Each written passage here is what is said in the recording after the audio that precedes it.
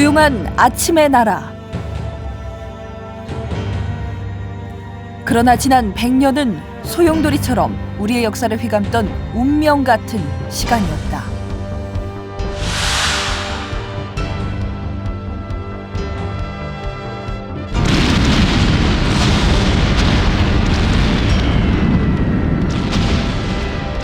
지난 100년을 반사하면서 다가올 미래를 과거 속에서 찾고, 과거의 100년은 다가올 미래의 서막이란 그 아주 뼈저린 우리의 교훈 속에서 전쟁의 참화를 딛고 민주화의 깃발을 든 지 50년. 세계를 놀라게 한 경제 성장이 있었고 그 대가로 흘렸던 피도 있었다. 우리 한국의 역사가 이 누룩 같다고 생각합니다. 100년 동안 못했던 것이 이제 발효되고 있지 않은가. 철저한 현장 답사를 통해 민중의 생활사를 기록해온 주강현 교수와 함께 지난 100년을 돌아본다.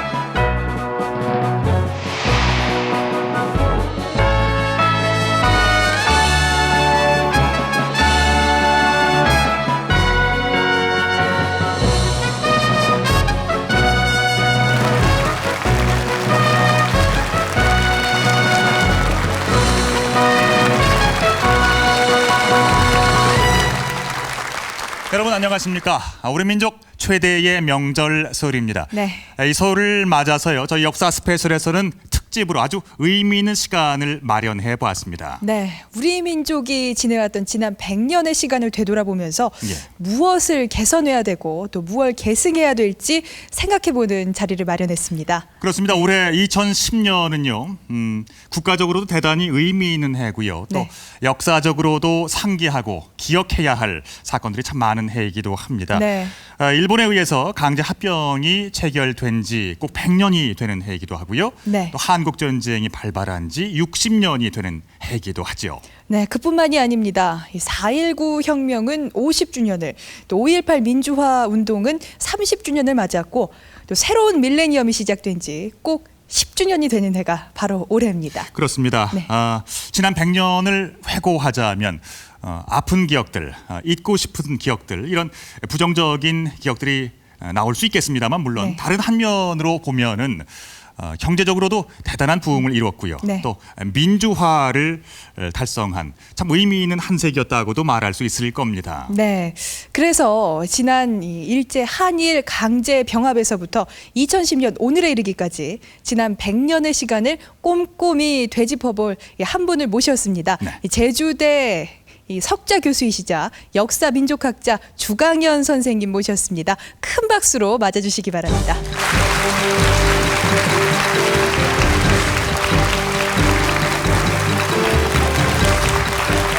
반갑습니다. 예, 반갑습니다. 네. 어떻습니까? 2010년 올해는 역사학계뿐만이 아니라 모든 학계가 분주한 한 해가 되겠지요. 예, 100년입니다. 우리가 일본에 의해서 강제 병합된 지 100년. 근데 그 세월이 바로 어제 같은 옛날이 됐습니다. 이걸 참 기념식을 할 수도 없고, 그렇다고 우리가 이런 쓰라린 추억을 그냥 지나갈 수는 없는 아주 역사적인 100년이 되고 말았습니다. 네. 그런데 이 많은 사람들이요, 지난 100년의 시간을 되돌아보면 생각하기 싫다, 뭐 지워버리고 싶다, 이렇게 말하는 사람들이 참 많은데, 그럼에도 불구하고 우리가 지난 시간을 왜 되짚어봐야 되는지 그 이유가 뭘까요? 역사는 그런 것 같습니다. 우리가 가장 지긋지긋했던 역사. 예를 들어서 한국전쟁 60주년입니다. 그러면 그 전쟁은 누구든지 다시는 생각하고 싶지가 않습니다. 그러나 그 생각하고 싶지 않은 거기서 교훈을 얻지 않는 민족이라면 다가올 60년, 다가올 100년이 불행해질 수 있기 때문에 우리는 과거에 쓰라린 것을 들추는 것이 아니라 그걸 딛고서 새로운 100년 또 200년을 가야 되기 때문에 우리는 과거를 들춰보지 않을 수가 없는 것입니다. 네. 그렇습니다. 때로는 지난 100년의 시간이 아프고 또 고통스러운 기억들이 분명 많을 겁니다만은 이런 과거의 역사를 이제 돌이켜봄으로 해서 우리는 미래를 위한 어떤 통찰을 얻을 수 있는 거겠죠. 네. 자, 지금부터 지나간 100년의 시간 속으로 들어가 보겠습니다. 여러분 큰 박수 부탁드리겠습니다.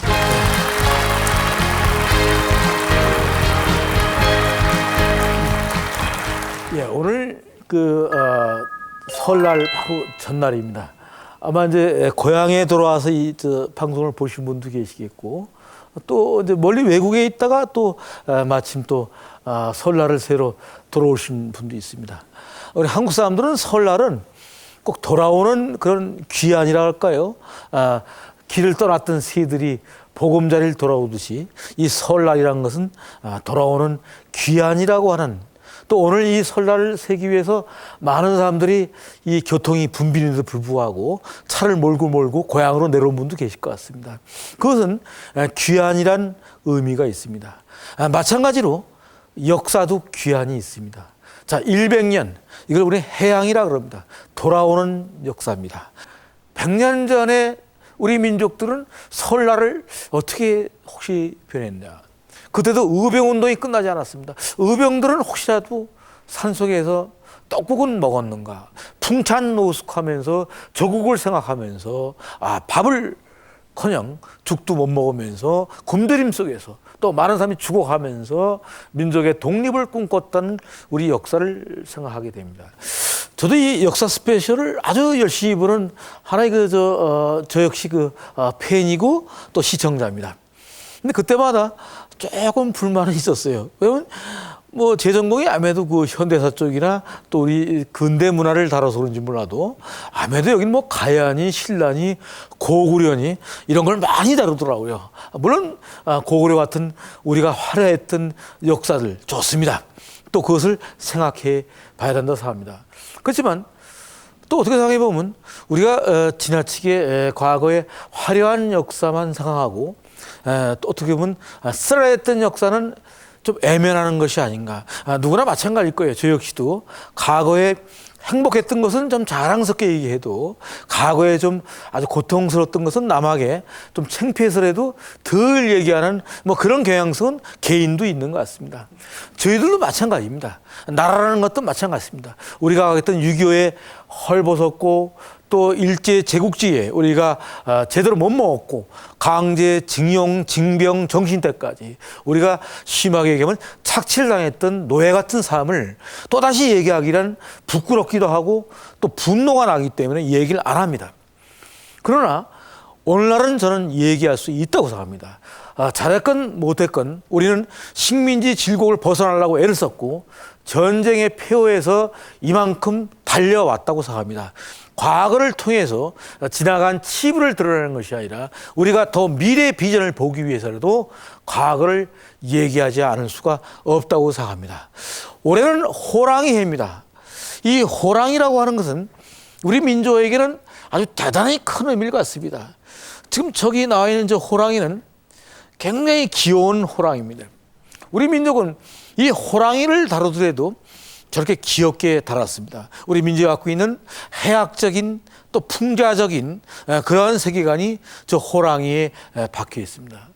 호랑이는 이 활동 반경이 보통 500km 정도를 간다고 합니다. 예를 들어 백두산에서 달리는 호랑이가 봉화라거나 경상도 정도는 충분히 달려올 수 있는 그런 정도의 큰 어떤 스펙타클한 자기 활동 반경을 갖고 있는 것이 호랑이란 동물입니다. 올해는 호랑이 해입니다. 근데 우리 역사적인 이 패러다임을 잠깐 보시면 이 호랑이 해가 굉장히 우리한테 큰 의미를 갖습니다. 자, 우리가 이 배경을 보면 왼쪽에 파랗게 이렇게 좀 된 쪽이 어떻게 보면 우리에게 아주 비참했던 과거입니다. 1910년 경술령입니다. 일제에서 한일 강제 병합을 당한 1910년, 지금부터 딱 100년 전입니다. 그리고 1950년, 물론 그 사이에 5년 전에 1945년도 해방이라고 하는 광복절이 있긴 합니다. 그러나 대략적으로 볼 때 식민지 모순 관계가 결국은 폭발적으로 터져나가면서 1950년도에 전쟁으로 치닫게 됩니다. 그리고 50년대에 가난한 전쟁 이후의 배고픔과 그러면서도 오늘 이 방송을 보시는 분들 중에 많은 베이비 세대라고 하는 또 저도 베이비 세대입니다. 그런 출생했던 50대, 60대에 많은 분들이 계십니다. 그리고 60년으로부터 지금까지 다시 또 50년이 흘렀습니다. 그래서 4.19로부터 50년부터는 민주화와 산업화라고 하는 것이 두 개가 맞물립니다. 오늘날 산업이 먼저냐 민주냐 먼저냐 이런 논란도 있습니다만 한국은 자랑스럽게도 산업화라는 문제와 민주화라는 두 가지 과제를 동시에 짧은 시간에 해결을 할 수밖에 없던 그러다 보니까 산업화의 모순관계, 민주화의 모순관계가 전부 다 터져나오고 있는 또 그런 사회이기도 합니다.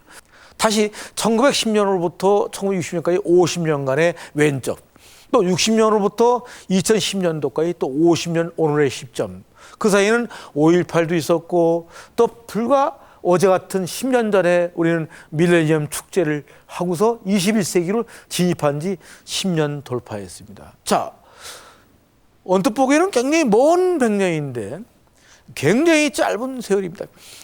또 저는 이걸 갖다 타이핑을 쳐서 제가 이제 뽑아내면 자료를 준비하면서 보니까 1910년도는 경술년이었고 50년은 경인이었고 60년은 경자가 붙습니다.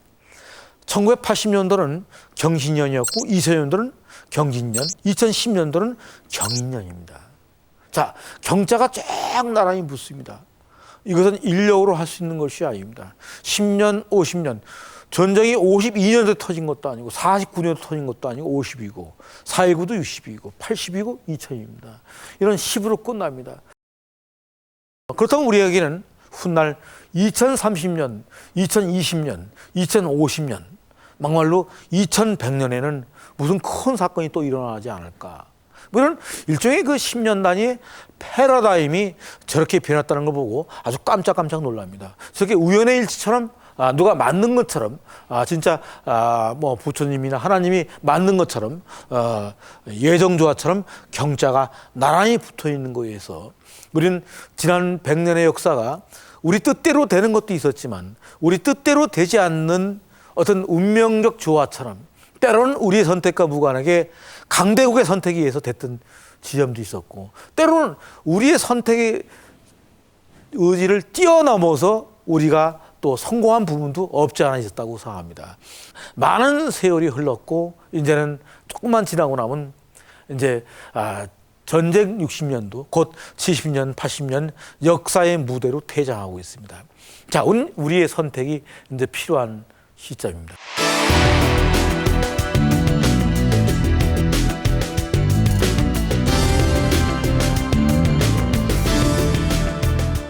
올해가 그래도 호랑이 해이기 때문에 역시 이 100년의 이야기를 호랑이 얘기부터 출발한 것이 어떻게 생각합니다. 그림을 잠깐 좀 여러분 같이 볼까 그럽니다.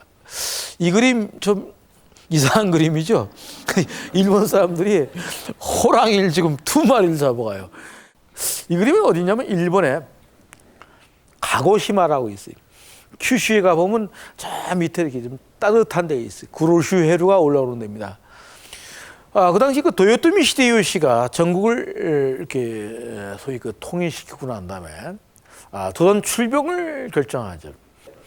그때 이 가고시마 아이들도 소위 그 막부 체제, 소위 쇼군 체제의 명령에 의해서 동원이 됐습니다.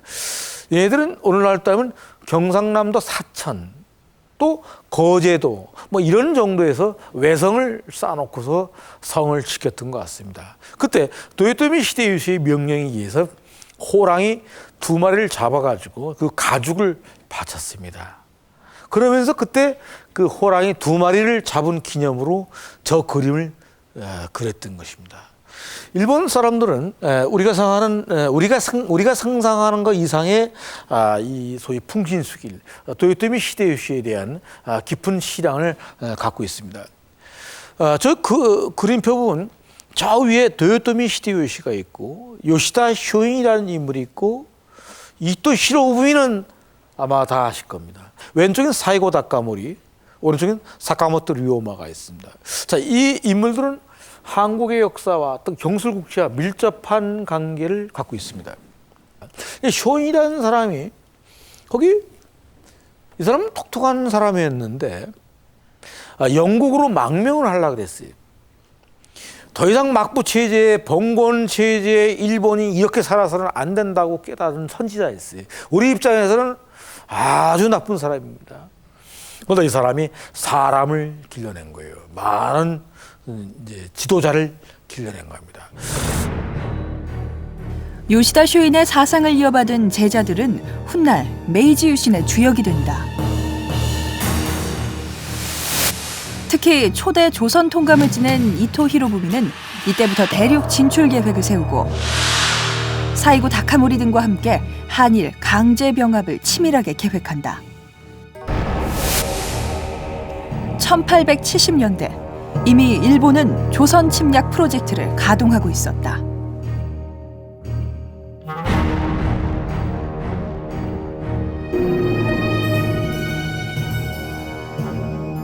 자, 이들이 대부분 정한론, 한반도를 치겠다고 하는 일을 만듭니다.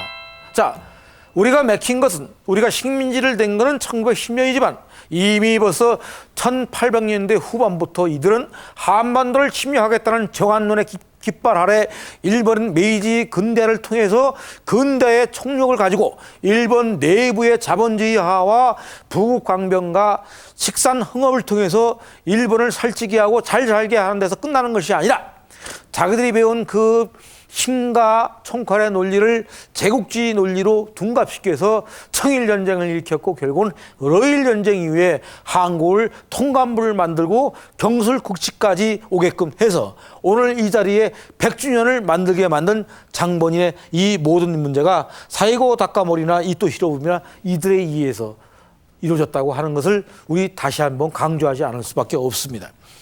오늘은 독특한 사진 한두 장 보려고 합니다. 사진 한번 보실까요? 이게 어딜까요? 어디? 이게 독도예요, 독도. 이 사진은 굉장히 귀한 사진입니다. 별로 공개되지 않은 사진입니다. 저 위에 독도 보이죠? 네. 거기 저 몽돌바에 있는 바로 있지. 오늘 독도 가 보시면 알지만 선착장 마련돼 가지고 올라가는 거기에 그 등대.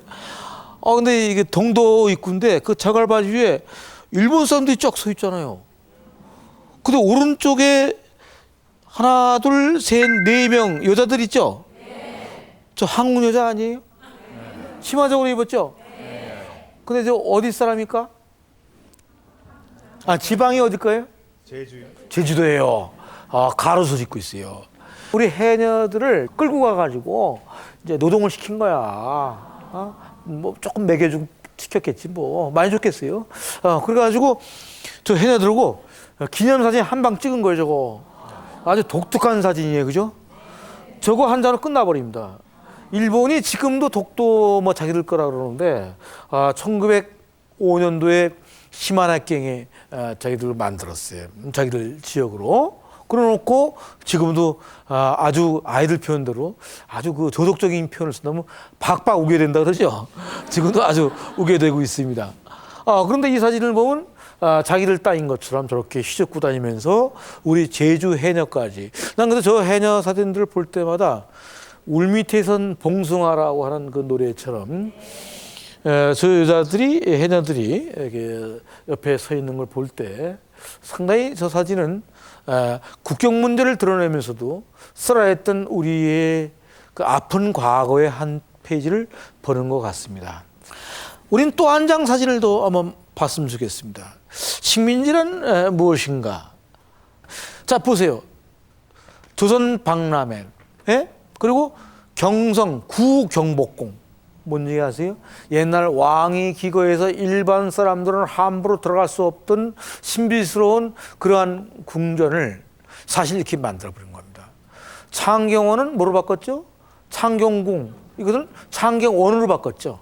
그래서 기린, 사자, 코끼리 이런 거 들어온 거야. 다시 얘기하면 역사를 형해화시키고 시속화시키고 이 몰락한 왕조를 더욱더 아주 초라하게 만들어버리는 행각을 한 겁니다.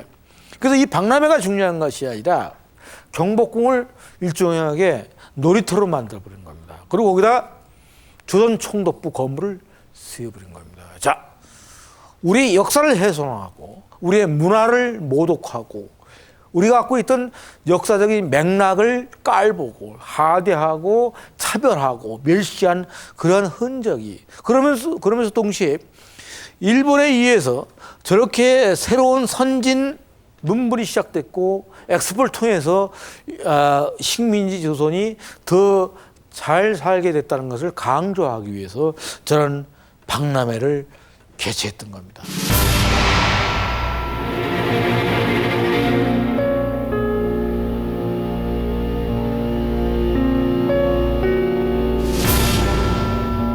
우리 역사가 우리 한국처럼 이게 빠르게 진행되는 나라가 없어요. 우리 한국 사람들 좀 빠르게 참 좋아합니다. 우리 빨리빨리 문화요. 제가 아는 외국인이 한국에 와서 제일 먼저 배운 게 빨리랬네. 네? 영국에서 나온 관광 가이드 책에 한국에 가서 꼭 알아야 될 한국어 한 20가지가 나와 있는데 뭐 미안합니다 이런 것도 있어요 물론. 근데 그 중에 제일 빨리. 이거는 아무 데서나 가서 서서 이렇게 얘기하래 외국인들. 빨리. 근데 그것은 제가 보기에 한국인의 기질도 있지만 한국의 역사가 혹시 지난 100년이 이렇게 빨리 지나가서 이렇게 습관이 된 것이 아닌가. 왜 우리가 전쟁통에 느긋하게 밥을 먹을 수가 없었잖아요. 빨리 먹어야죠. 응? 네? 한국 사람들은 빠른 거 참 좋아합니다. 그래서 그런지 어떻게 보면 우리 지나고 나니까 참 어제 같은 옛날이지만 우리는 100년 동안 아주 고통스러웠습니다. 자, 1945년도 해방이 됐어요. 전쟁이 터지려면 한 100년 지나고 터져야지. 어떻게 5년 만에 터집니까? 저 5년 동안 얼마나 많은 사건이 있었습니까?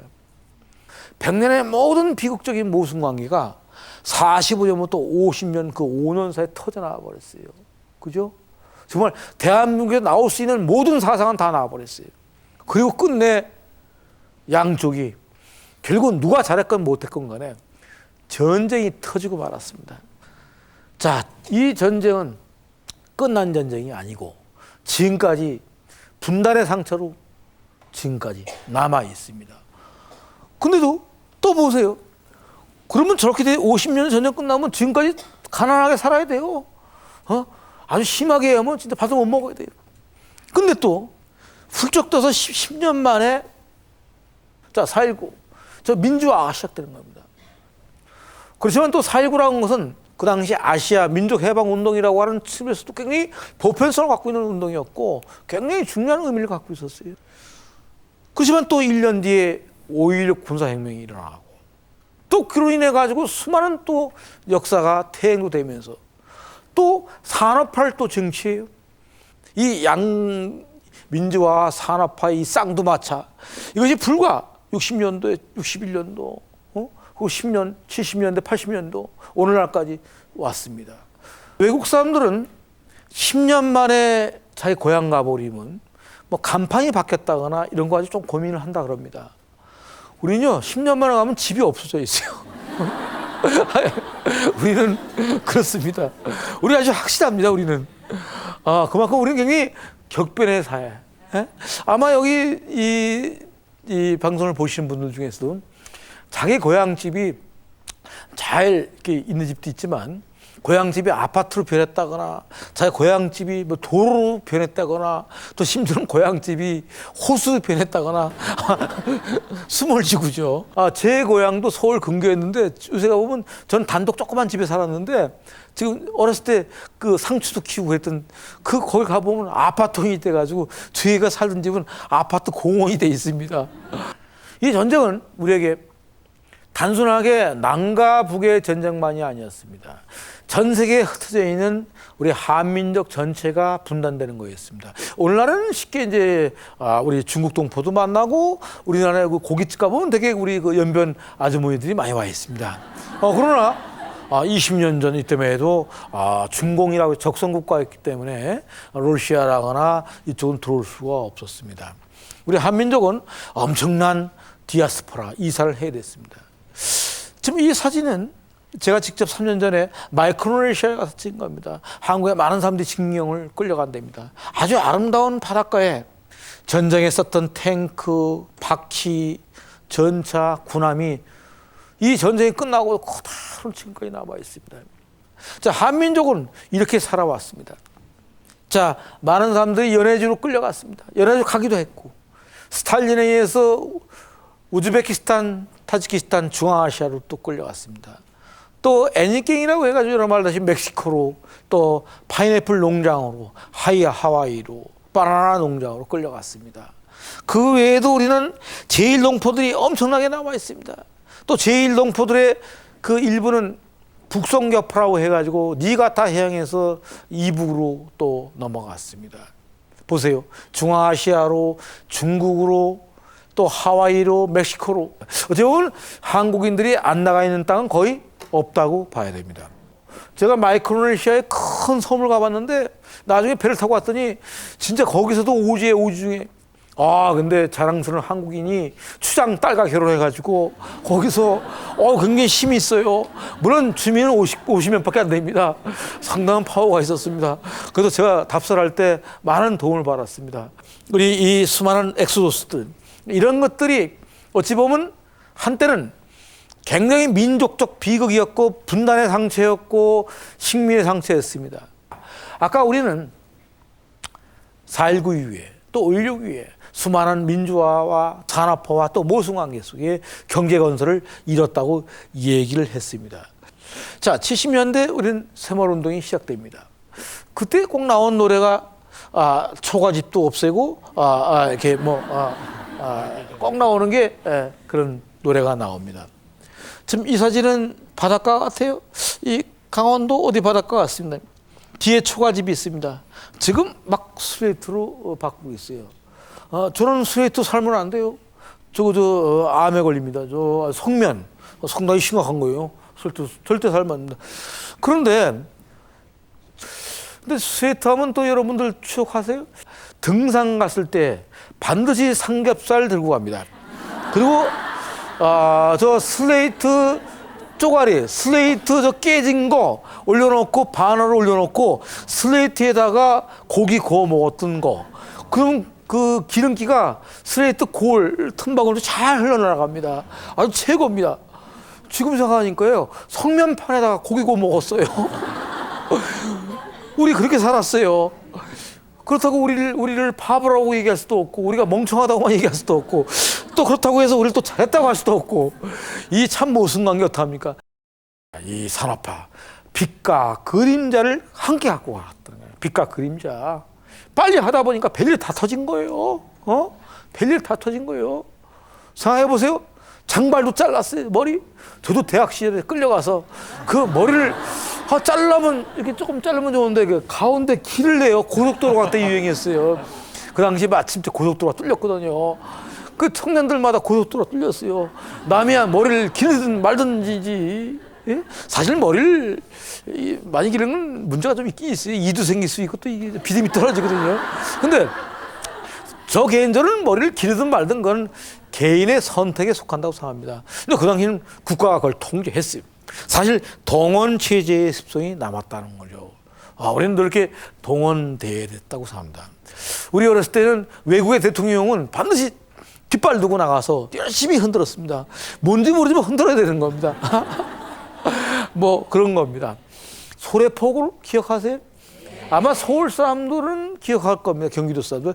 거기 가면 이런 창고가 있었어요. 좀 무너져 있지만 튼튼해요. 일본 제국 시대 때 만든 겁니다. 이게 근대 문화유산이에요. 이거 아주 중요한 문화유산입니다. 어떻게 보면 소금 문화를 알려줄 수 있는 아주 중요한 거였습니다. 이런 창고가 쫙 있었어요. 그래서 여기서 우리 사진도 찍고 이렇게 사진도 찍었습니다. 근데 어느 날 여기 골프장 만든다고 이걸 다 부숴버렸어요. 아주 슬픈 일이에요. 자, 이것은 우리의 자상을 얘기해 주는 거예요. 자, 이것은 뭐냐면 과거를 부수려고 하는 건, 우리 한국 사람이 갖고 있는 습성 중에 하나가 지난 70년대, 80년도, 90년도 지금까지도 역사의 지문을 자꾸 지우려고 그래요.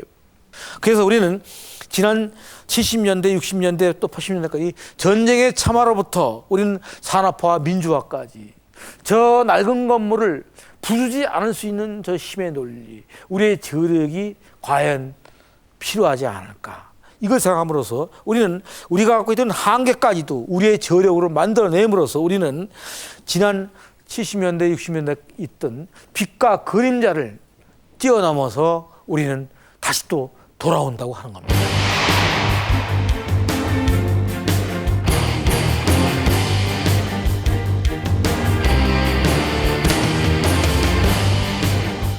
제가 물건을 하나 준비해 달라고 했습니다. 지금 이건 뭘까요? 이거 다 준비된 약속이네. 어떤 사람들은 이걸 보고 된장이요 이런 사람도 있더라고. 이게 누룩입니다. 여러분 앞에 서 있는 게 막걸리가 나와 있습니다. 자, 이것을 발효시키면 막걸리가 되는 겁니다. 막걸리 판매량이 얼마나 커진지 여러분 아십니까? 우리 상상을 초월해요. 자, 왼쪽에 2004년도에 2245kg. 자, 2008년도 보세요. 불과 4년 사이인데 2배가 넘었어요. 자, 2009년도, 2010년도 통계 아직 안 잡혀요. 제가 보기엔 따블이 아니라 따따블이라 그러죠, 우리가. 이거 2~3배일 거예요, 저거.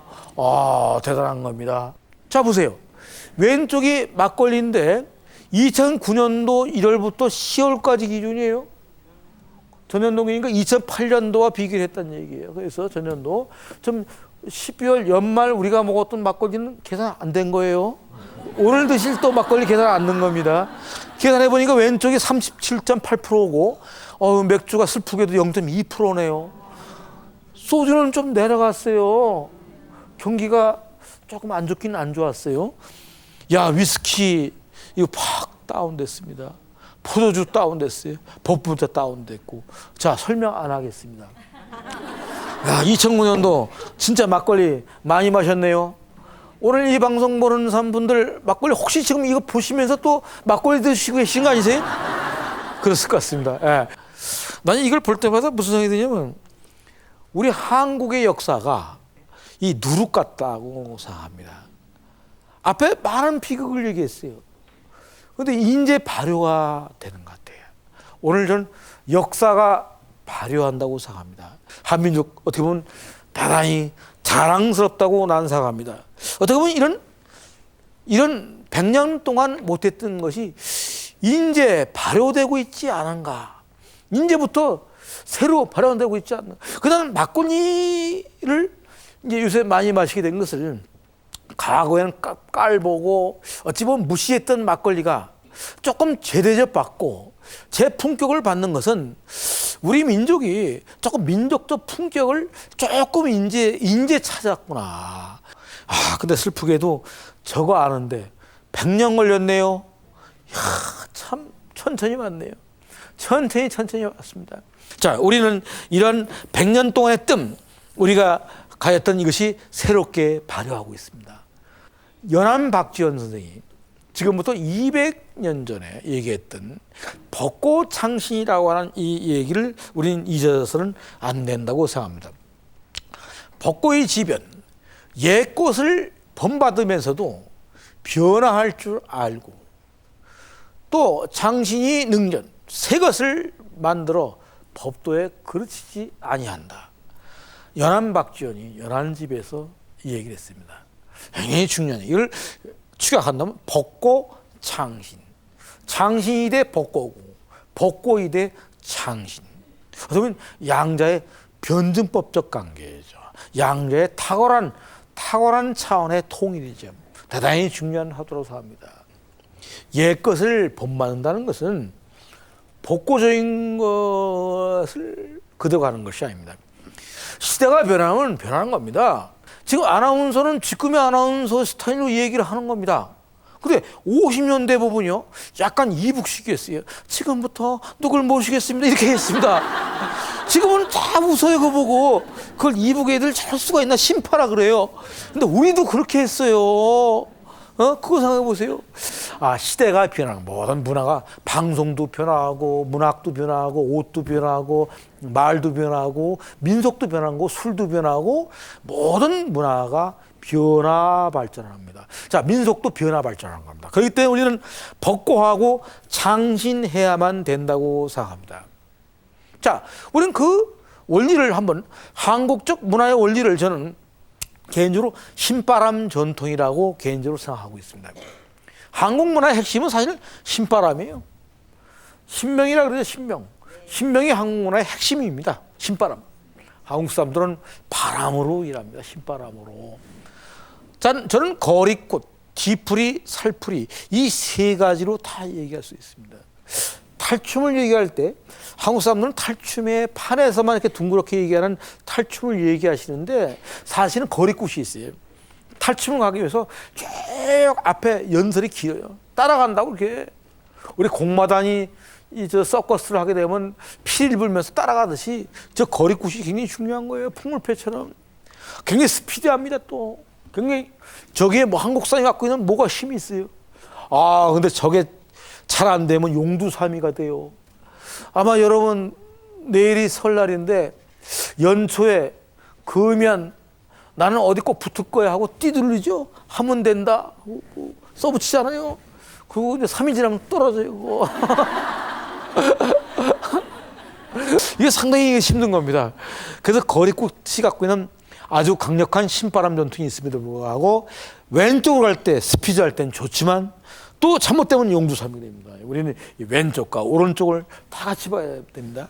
두 번째 뒤풀이. 한국 사람들은요 이 본론보다는 뒤풀이를 굉장히 중시합니다. 결혼식장 가서도 결혼식 본론보다는 뒤풀이 어디서 해? 이거 얘기합니다. 또 본론이 좀 재미없어도 야 그날 본론은 재미없어도 뒤풀이 멋있었잖아. 그러면 다 끝납니다.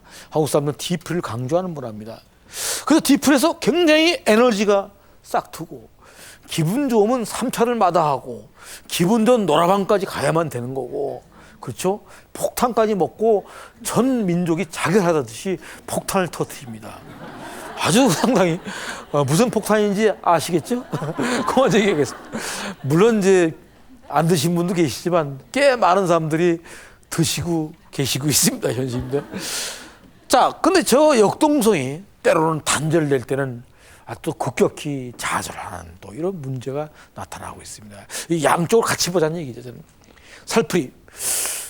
한국 사람들은 살을 풀어야 됩니다. 한은 풀어야 되고 맺힌 건 풀어줘야 되고 또 지난해 동안 친구와 소원하고 싸웠던 사람들 또 가족과 싸운 분들 풀어야죠.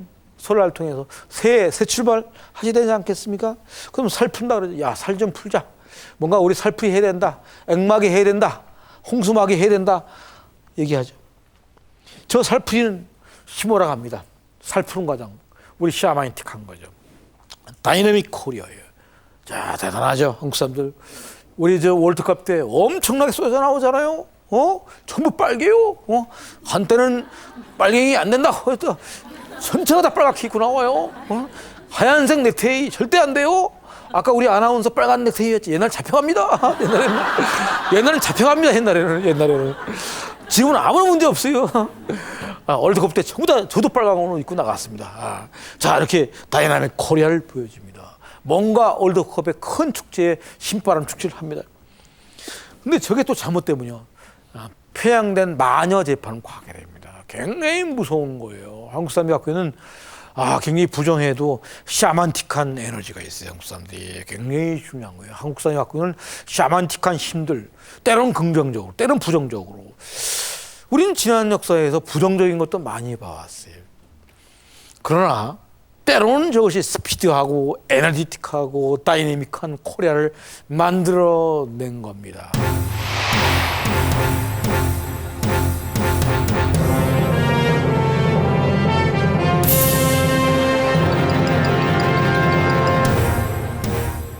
한국이 어떤 현재에 지금 와 있는가. 물론 이건 어디까지나 제 개인적 주장일 수도 있습니다. 그러나 저는 이렇게 생각하고 있습니다. 한번 보실까요? 예. 자, 우리는 저는 대략 이거 말고도 뭐 수백 가지 문제가 있겠지만 한 6가지 정도의 문제를 해결해야 되지 않는가 생각합니다. 중국이 우리를 동방예의지국이라고 불렀던 것은 어떻게 보면 굉장히 좋은 표현입니다. 아주. 근데 저는 나쁘게 본다면 얼마나 피굴하게 잘 됐으면 동방예의지국으로 봤어요. 저 나라는 말을 안 듣는 나라다라고 할 수도 있어야죠. 너무 착한 사람이 되는 건 착한 컴플렉스도 문제 있다고 생각합니다. 그러면서는 우리는 오랑캐의 삶이 나쁜 것도 아니라고 생각합니다. 자, 어떻게 보면 우리가 주인이고 중국이 오랑캐일 수도 있죠. 우리는 이 관점을 사대주의라고 하는 문제를 가지고 좀 곰곰 생각해 보십시오.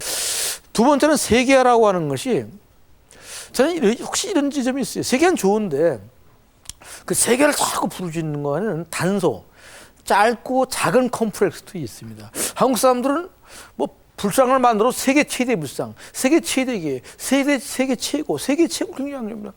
한국은요 세계 7번째 만들어도 아무도 흉보지 않아요. 작은 나라예요. 오히려 저는 작지만 강한 나라. 자, 파란 게 우리가 갖고 있는 부정적 측면을, 빨간 게 오렌지 색깔이 우리가 지향해야 될 것이 아닌가. 자, 세계화는 좋습니다. 근데 우리는 단소 강국, 작지만 강한 고추, 매운 고추로 가야 된다고 나는 생각합니다. 세 번째는 한국인들 의외로 인종차별 강합니다. 굉장히 문제 많죠. 다문화 가정 얘기들 많이 나오고 있습니다.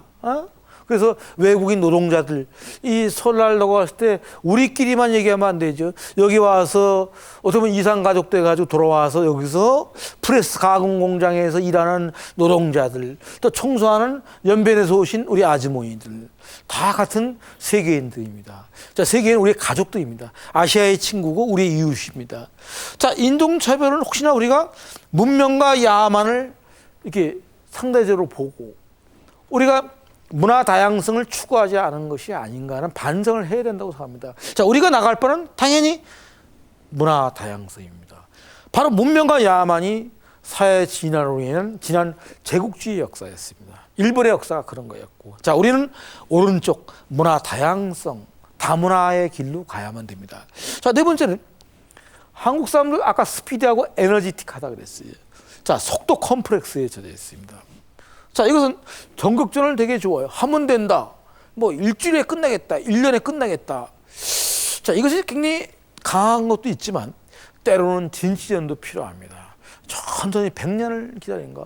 아까 제가 바르셀로나를 얘기하는 거 다시 한번 인용하겠습니다. 거기 가면 가우디가 만든 성당을 지금도 짓고 있죠. 100년 동안 계속 성당이. 우리는 그런 걸 못 봐요. 10년도 다 완성해야 됩니다. 그런데 걔들이 100년 짓고 있잖아요. 우리는 그런 건물, 꼭 그 정답은 아닌데도 300년 걸리는 건물을 짓겠다는 의지. 자, 이런 의지로 가는 것이 중요하다고 생각합니다. 이게 진짜 중요합니다.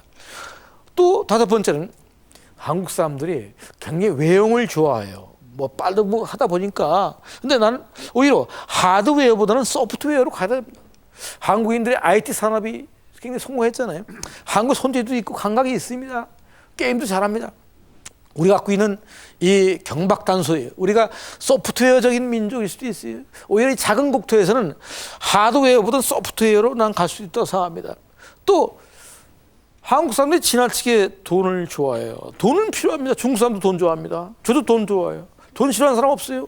근데 혹시 우리는 물신숭배, 모든 것을 자본 중심, 자본주의 사회에서는 자본 중심 생각하지 않을 수밖에 없어요. 그러나 어찌 보면 인간 중심의 길도 생각해야 된다. 이제 분배나 뭐 이게 이 분배와 뭐 이거 성장이 따로 가는 것이 아니라 같이 가야 된다. 자, 그래서 저는 이 오른쪽에 있는 오렌지 빛깔, 오랑캐의 삶, 단서 광곡, 문화 다양성, 진치전, 소프트웨어, 인간 중심.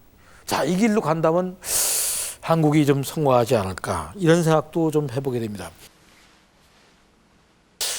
자, 이 그림 100년도 더 된 그림입니다. 이거 무서운 그림이에요. 왼쪽에 뭐 낙가문화 상인지 누군지 모르지만 낚싯대 뜨고 탁 그렇게 니폰스야 그래요. 낚싯대 뜨고 거기 옆에 글씨로 코리아라는 물고기가 보이죠? 밑에 오른쪽에는 중국이 있어요. 그리고 저쪽에 러시아가 지켜봐요. 자, 보세요. 미일 동맹체 이런 것도 있어요. 미국은 빠졌지만 이미 들어와 있는 상태였어요. 우리가 육자 회담 얘기해야죠. 남북 문제. 북한 남만 당사자 빼놓고 나면 사자. 미국만 들어오면 다 들어온 거예요. 이 상황이 완전히 끝난 건 아니라고 생각합니다. 지금까지도 한반도에는 규정되어 있습니다. 물론 옛날보다는 국력이 있어서 더 잘할 수 있겠죠. 또 경험도 있으니까. 한 번 실수했는데 또 실수할 수 있겠어요? 또 한 번 식민지됐는데 또 당하겠어요? 그러나 우리는 이 낚시를 보면서 혹시라도 만에 안에 혹시 조바심일까요? 우리는 굉장히 생각을 해야 된다.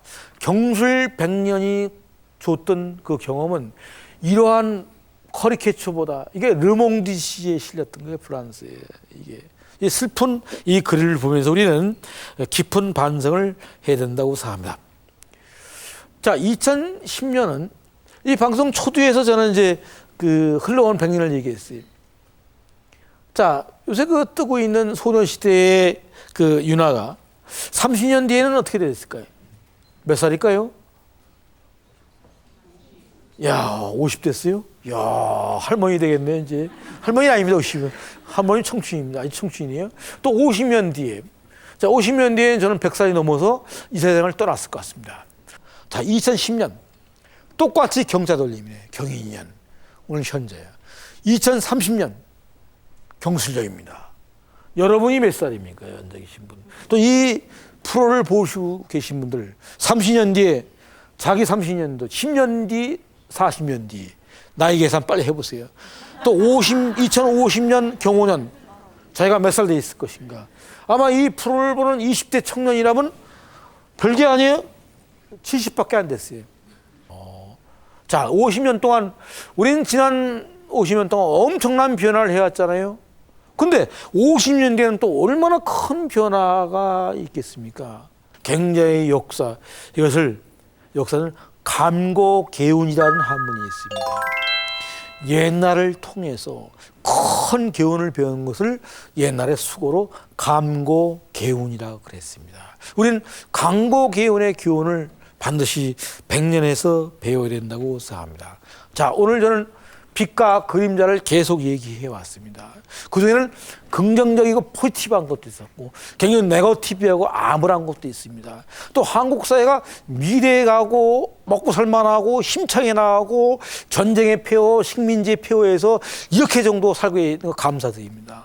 그런데도 불구하고 오죽 만났으면 남북 문제도 못 풀어서 저렇게 총을 맞대고 아직도 백령도에서 포성이 왔다 갔다 하냐. 어떻게 보면 자랑스러우면서도 아주 창피스러운 민족일 수도 있어요. 이 양쪽을 다 갖고 있어요. 이 빛과 그림자. 그렇지만 또 우리는 희망을 갖고 노래해야 됩니다. 우리는 희망의 노래, 미래의 노래, 다가올 미래를 준비해야 된다고 생각합니다. 올해 호랑이 해라고 그랬습니다. 자, 호랑이 그림 한 카트 좀 보여드리겠습니다. 마지막으로. 여러 가지 보니까 이런 그림도 나오네요. 호랑이 담배 피던 시절의 얘기입니다. 진짜 담배 피웠네요. 그러니까 짧은 담배가 아니라 긴 담배입니다. 토끼가 딱 한데 내가 보기엔 이걸 보고 난 여기서 정치적 그림이라 생각합니다. 호랑이는 무서운 호랑이인데 약소국가 토끼가 안 잡혀 먹고 잘 살고 있어요.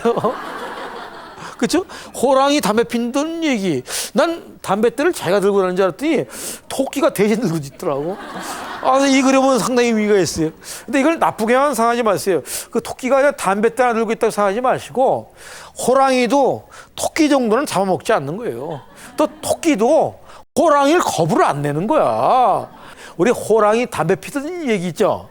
우리 할머니들이 우리 호랑이 담배 피던 얘기. 오늘 제 100년 이야기. 어찌 보면 호랑이 담배 피던 얘기 했던 겁니다. 근데 호랑이 담배 피던 시절 얘기인데 사실 여긴 정치적 얘기도 있어요. 인터내셔널 국제적인 정치학도 있습니다. 제 얘기에 농담 속에 가시가 있다고 그런 게 들어가 있습니다. 자, 경인년입니다. 자, 우린 저걸 통해서 세계가 평화와 전쟁이 아니라 평화와 공존의 연대의 표시, 평화와 공존의 네트워크라고 저는 생각합니다. 우린 이걸 통해서 우린 지난 100년을 끌고 나가야 된다는 얘기고, 호랑이 담배 필 적 얘기를 들었던 어르신들, 또 저를 표하면서 저희들이 할머니 때 이런 얘기 많이 들었거든요. 저희들은 호랑이 담배 폈던 사람들은 반드시 담배 핀 것을 알아챘던 사람들은 역사적 의무감이 생겼다고 생각합니다. 자, 우리는 우리에게 다가올 행인지 불행인지 알 수 없는 민족의 운명을 지난 100년을 반사하면서 다가올 미래를 과거 속에서 찾고, 과거의 100년은 다가올 미래의 서막이란 그 아주 뼈저린 우리의 교훈 속에서 힘찬 대한민국, 또 힘찬 한민족, 또 즐거운 설날 맞으시길 바라면서 호랑이의 우렁찬 기계로 저희 얘기를 전달합니다. 감사합니다. 감사합니다.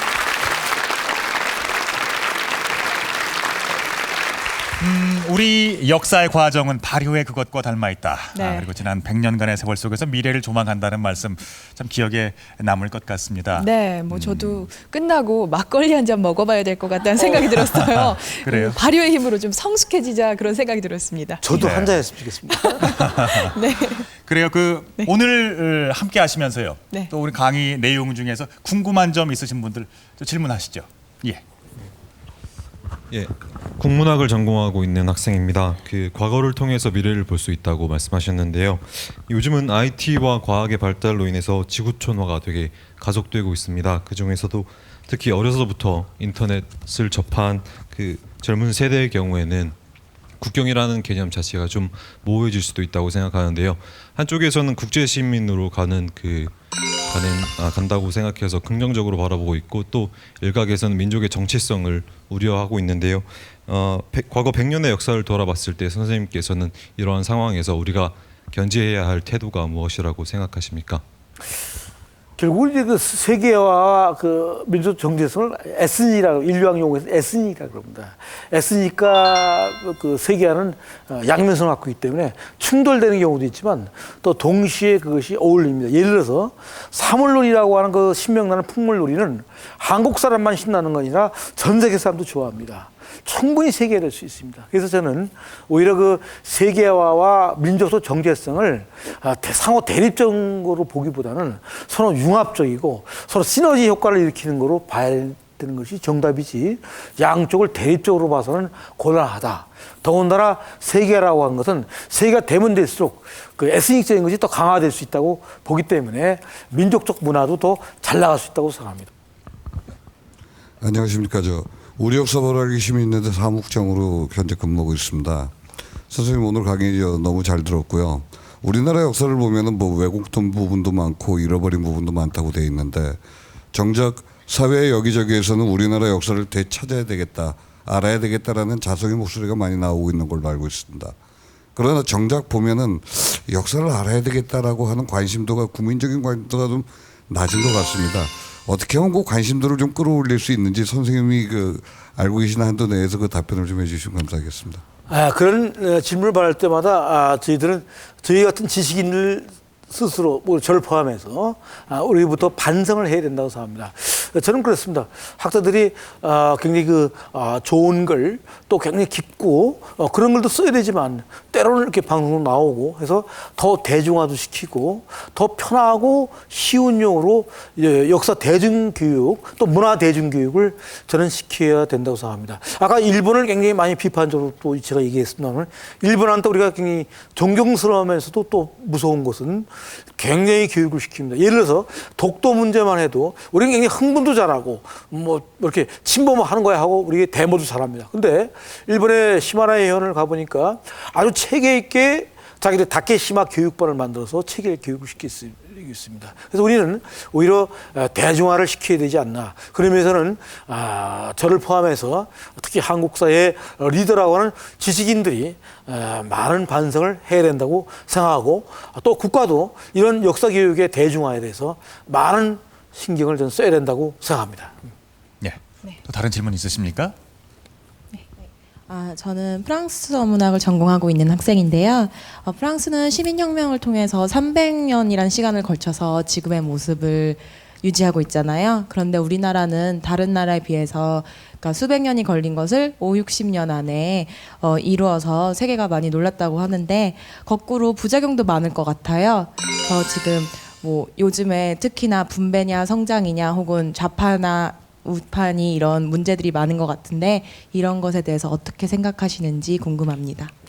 불란서도 예를 들어서 편하게 사는 것 같아도 지난 300년 동안 많은 내부의 계급적인 문제도 있었고 모순관계가 지금까지 있었습니다. 그래서 우리는 단시간 내에 만들어진 만큼 단시간 내에 만들어진 것이 갖고 있는 모순관계도 존재하기 때문에 이것을 또 어떻게 단시간 내에 극복하기 위해서 굉장한 지혜를 또 요구할 거라고 생각하고, 또 우리는 아직도 분단이 됐기 때문에 이 분단 모순 관계를 해결하는 관계에서 굉장히 민족의 지혜를 모아야 되고 많은 우리의 어려움이 또 닥쳐올 거로 예상되기 때문에 우리가 진짜 지혜롭게 오늘의 주제인 성찰을 해야만 된다고 저는 답변 드리겠습니다. 네. 자, 오늘 열강해 주신 주강현 선생님께 다시 한번 뜨거운 박수 부탁드리겠습니다. 네, 감사합니다. 아유, 고생하셨습니다. 고맙습니다. 오늘 열강 정말 잘 들었습니다. 정말 오늘 이 시간 이후로 역사를 바라보는 우리의 시각이 많이 달라지리라 생각이 들어요. 네, 그렇습니다. 저는 특히나 이 강의 중에요. 흘러간 과거는 다가올 미래의 서막이다. 이 말이 참 인상적인데요. 그렇습니다. 이 말을 되새기면서 이 지나간 역사를 되돌아보면서 이 미래를 성장하기 위한 그런 시간 가져보시면 좋겠다 이런 생각이 들었습니다. 예, 지나간 우리의 100년이 그랬듯이 2010년 올해는 또 새롭게 다가올 또 다른 100년을 위해서 네. 그 100년을 향해서 포효하는 한 해가 되기를 바라는 마음입니다. 네. 자, 설 연휴 즐겁게 보내시고요. 역사 스페셜 특집은 여기서 인사드리겠습니다. 대단히 감사합니다.